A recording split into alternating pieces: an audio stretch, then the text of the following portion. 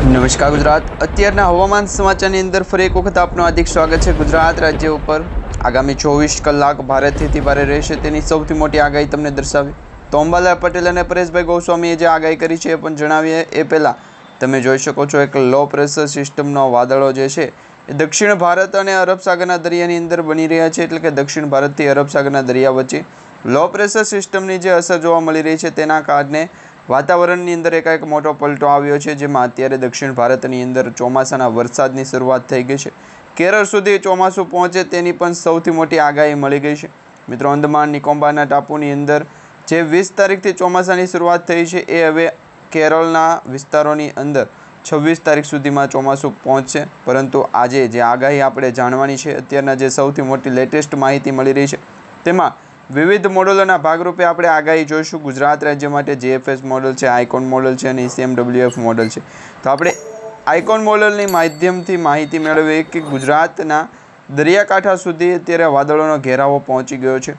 અહીંયા તમે સેટેલાઇટ ઇમેજના માધ્યમથી જોઈ શકો છો કે એક મોટો ટ્રફ છે એ નક્કી થઈ રહ્યો છે અને મોટો ટ્રફના કારણે દક્ષિણ ભારતની અંદર, શ્રીલંકાની અંદર, સોમાલિયાના દેશો તેમજ યમન, ઇથોપિયાના દેશો અને ખાસ કરી માલદીવ, લક્ષદ્વીપ આ ટાપુઓની અંદર એક લો પ્રેશર સિસ્ટમની અસર મોટા પ્રમાણમાં જોવા મળી રહી છે અને એમાં પણ આપણે જીએફએસ મોડલ જોઈએ તો અત્યારે એક સિસ્ટમ ગુજરાતની ઉપરથી વળાંક લેતી જોવા મળી રહી છે। પાકિસ્તાનના નજીકના વિસ્તારો, રાજસ્થાન, પંજાબ, હરિયાણા લાગુના વિસ્તારોની અંદર આ સિસ્ટમ વળાંક લેતી જોવા મળી રહી છે, જેના કારણે કચ્છ, ઉત્તર ગુજરાત અને મધ્ય પૂર્વ ગુજરાતના ઘણા બધા જે જિલ્લાઓ છે તેની અંદર આજે અત્યારે વરસાદ પડવાને લઈને સૌથી મોટી આગાહી મળી રહી છે।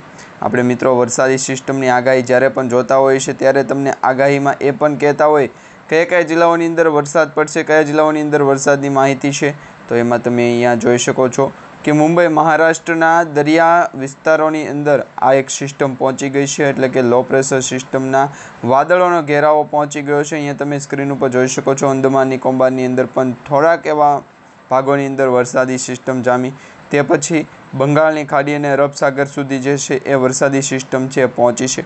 હવે મિત્રો, અત્યારે ઉત્તર ભારતથી લઈ અને પૂર્વ ભારતના જેટલા પણ વિસ્તારો છે, જેટલા પણ રાજ્યો આવે છે, તમામ રાજ્યોની અંદર ચોમાસાના વરસાદની શરૂઆત થવાના એંધાણો દર્શાવવામાં આવી રહ્યા છે। અત્યારે તમે જોઈ શકો છો ગુજરાત રાજ્યની અંદર કયા જિલ્લાઓની અંદર વરસાદ પડશે તો તેમાં ભાવનગર, અમરેલી, જાફરાબાદ તેમજ જૂનાગઢ, પોરબંદર, રાજકોટ, જામનગરથી લઈ ઓખા સુધીના, બેટ દ્વારકા સુધીના વિસ્તારોની અંદર ચોમાસાના વરસાદ પડવાને લઈને આગાહી છે। કારણ કે મિત્રો, અત્યારે અંબાલાલ પટેલ દ્વારા જે આગાહી દર્શાવવામાં આવી રહી છે, પ્રી મોન્સૂન એક્ટિવિટીની આગાહી દર્શાવવામાં આવી રહી છે, હજી પણ આ વાતાવરણની અંદર પલટો આવે તે મિત્રો અત્યારે તમારા સ્ક્રીન ઉપર સેટેલાઇટ ઇમેજના માધ્યમથી માહિતી આપવામાં આવી છે તે જોઈ શકો છો। આ જે અરબ સાગર છે, બંગાળની ખાડી છે અને ઉત્તર પૂર્વ ભારતનો ભાગ છે, તો તમે જોઈ શકો છો એ પ્રમાણે 3 ભાગની અંદર વરસાદી સિસ્ટમ જામી। એક તો મિત્રો અરબ સાગરની અંદર વાદળોનો ઘેરાવો જામ્યો, બીજું બંગાળની ખાડીની અંદર પણ લો પ્રેશર સિસ્ટમ સક્રિય થઈ અને આસામ, મિઝોરમ, મણિપુર તેમજ બાંગ્લાદેશ લાગુના વિસ્તારો સુધી પહોંચતી આ સિસ્ટમ આગળ વધશે। તો બીજી તરફ મિત્રો અત્યારે દક્ષિણ ભારત, પૂર્વ ભારતના વિસ્તારોની અંદર ચોમાસાના વરસાદની શરૂઆત થઈ છે એ આપણને હવામાન વિભાગે જણાવ્યું, અંબાલાલ પટેલે જણાવ્યું, પરંતુ રમણીકભાઈ વામજાની જે નવી આગાહી છે એ પણ તમને જણાવી। રમણીકભાઈ વામજા શું કહી રહ્યા છે, ખાસ કરીને આજનો આ વિડીયો શરૂઆત કરીએ તે પહેલાં જો તમે અમારી આ યુટ્યુબ ચેનલ પર નવા છો તો ચેનલને અત્યારે સબસ્ક્રાઈબ કરી લેજો અને તમારા દરેક વોટ્સઅપ ગ્રુપ, ફેસબુક ગ્રુપમાં દરેક મિત્રો સુધી આજનો વિડીયો શેર કરી દેજો। અને મિત્રો, ખાસ બાબત એ કે તમે ગુજરાતના કયા ખૂણાથી આ વિડીયો જોઈ રહ્યા છો તે નીચે કમેન્ટ બોક્સમાં જણાવો। ગુજરાત રાજ્યમાંથી જ્યારે પણ તમે આ વિડીયો જોવા માંગતા હો ત્યારે તેના વિશેની વધારે અપડેટ તમને અમારી યુટ્યુબ ચેનલના માધ્યમથી મળી જાય તે માટે અમારી યુટ્યુબ ચેનલને અત્યારે સબસ્ક્રાઈબ કરી લેજો। હવે દક્ષિણ ભારતની અંદર વાત કરીએ તો મિત્રો અત્યારે સેટેલાઇટ ઇમેજના માધ્યમથી તમે જોઈ શકો છો બેંગ્લોર, બેંગલવી, મદુરાઈ, ચેન્નઈ, પોંડુચેરીથી લઈ અને કેરળ સુધીના તમામ રાજ્યોની અંદર વરસાદ છે એ ભૂકા બોલાવશે। શ્રીલંકાના કોલંબોની અંદર પણ વરસાદ જે છે એ ભૂકા બોલાવવાનો છે।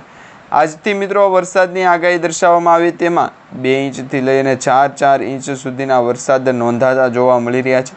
હવે દક્ષિણ ભારતની અંદર તો વરસાદી ચોમાસાની શરૂઆત થઈ ગઈ, પરંતુ મધ્ય પૂર્વ ભારત તરફ આવતી જે સિસ્ટમો છે એ રોકાઈ ગઈ છે।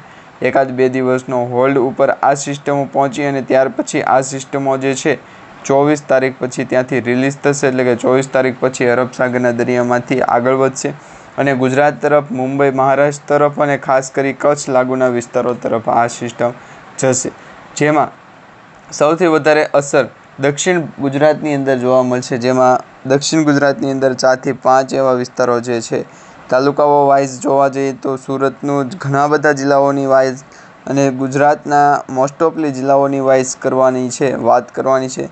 તેની અંદર હવામાન સમાચાર એ પ્રકારના આપણે માહિતી મેળવશું કે ગુજરાત રાજ્ય ઉપર જો ચોમાસાના વરસાદની અત્યારે શરૂઆત થઈ ગઈ હોય તો ખેડૂતોને વાવણી ક્યારે કરવી, ખેડૂતો જો મૂંઝાણા છે.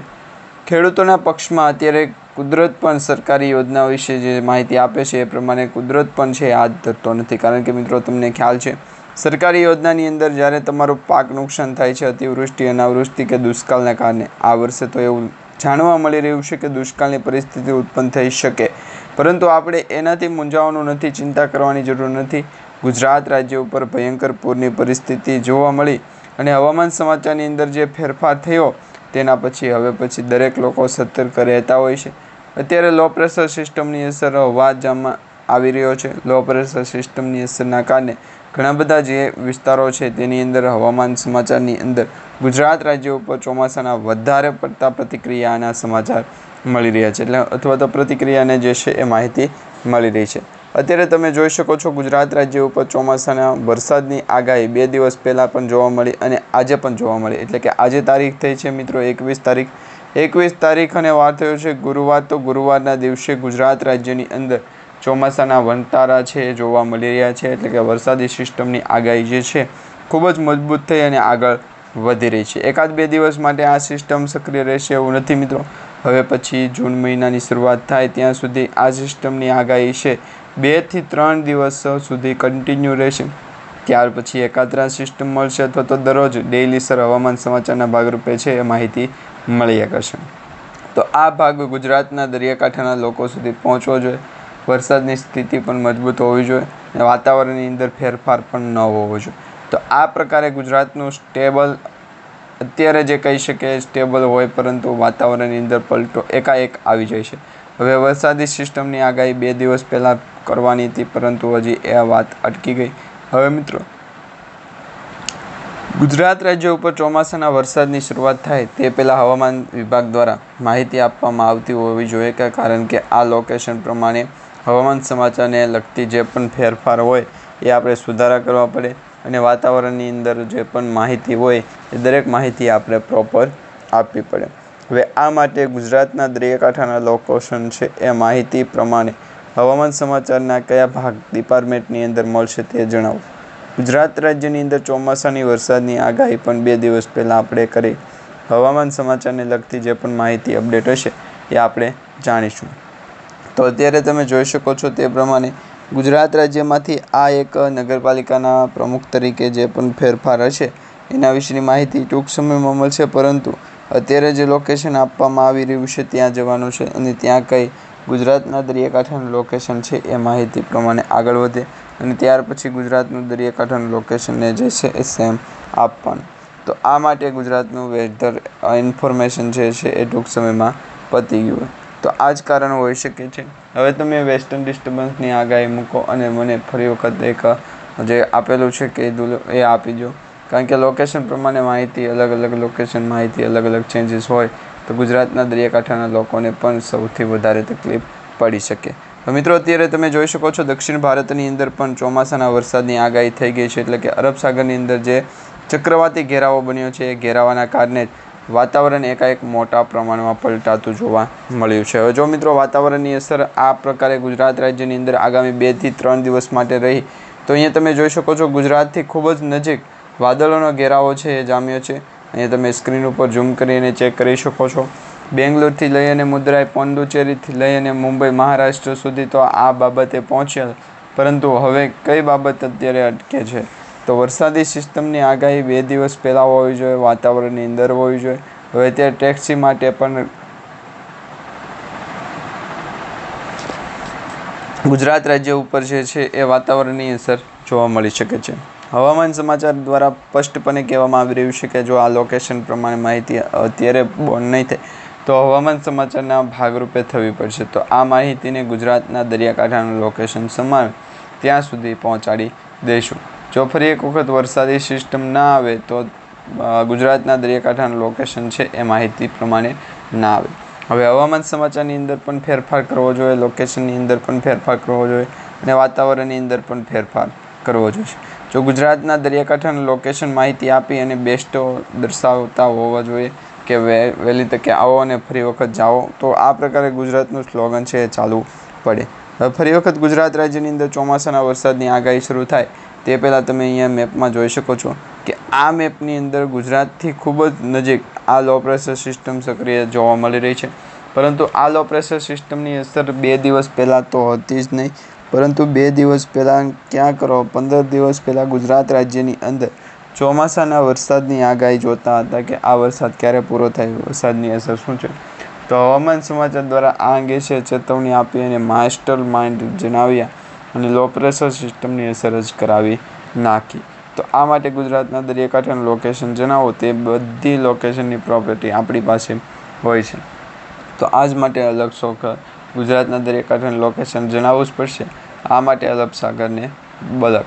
તો આ પ્રમાણે ગુજરાતનું હવામાન સમાચાર છે સ્થિર રહેશે નહીં, વરસાદી આગાહી થતી રહેશે અને વીજળીના કડાકા ભડાકા સાથેનો એકસાથે વરસાદ પડી જાય અને ગુજરાત રાજ્યની અંદર દરેક વિસ્તારોની અંદર સંપૂર્ણપણે મંદી આવી જોઈએ અથવા તો લોકેશન પ્રમાણે માહિતી છે કે 2 થી 3 દિવસની અંદર લોકેશન આવવું જોઈએ. હવે મિત્રો, આ માહિતી ગુજરાતના સ્ટોપ વોર્મન પાસે હોય પરંતુ આપણે તેની પાસેથી લઈ શકીએ નહીં. હવામાન સમાચારની અંદર ફોરવર્ડ કરેલી છે તો માહિતી આપણી શક્ય, નહીંતર ગણાઈ શકે નહીં. અને હવામાન સમાચારની અંદર ફેરફાર કરી દેશો વેસ્ટર્ન ડિસ્ટર્બન્સ અસર અને ગુજરાતના જાણકાર અને ત્યાર પછી જે વેસ્ટર્ન ડિસ્ટર્બન્સની અંદર જે હોય છે વાતાવરણ એ બધું કુલિંગ હોવું સિસ્ટમ અસરકારક જ નહીં. ગુજરાતના દરિયાકાંઠાનું લોકેશન કે નહીં, હવામાન સમાચાર ગુજરાતના દરિયાકાંઠાનું લોકેશન જાશો તો વાતાવરણની અંદર પલટો આવે કે ના આવે, કોન્ટેક્ટ નંબર તો આપો. ફરી વખત વરસાદી સિસ્ટમની અસર છે તેના ઉપર વધારે પડતી અસર દર્શાવશે અને વાતાવરણની અંદર એકાએક મોટો પલટો લાવશે. આ ચોમાસાના વરસાદની સૌથી મોટી અને લેટેસ્ટ આગાહી હતી. મિત્રો, આવતીકાલના નવા વિડીયોની અંદર સૌથી મહત્ત્વપૂર્ણ બાબતે ચર્ચા કરીશું અથવા તો આવતીકાલ સાંજ સુધીમાં પણ આજની સાંજ સુધીમાં હવામાન સમાચારની માહિતી બગડી તો આ પ્રકારે ગુજરાતનું દરેક અઠું લેશું જોઈએ.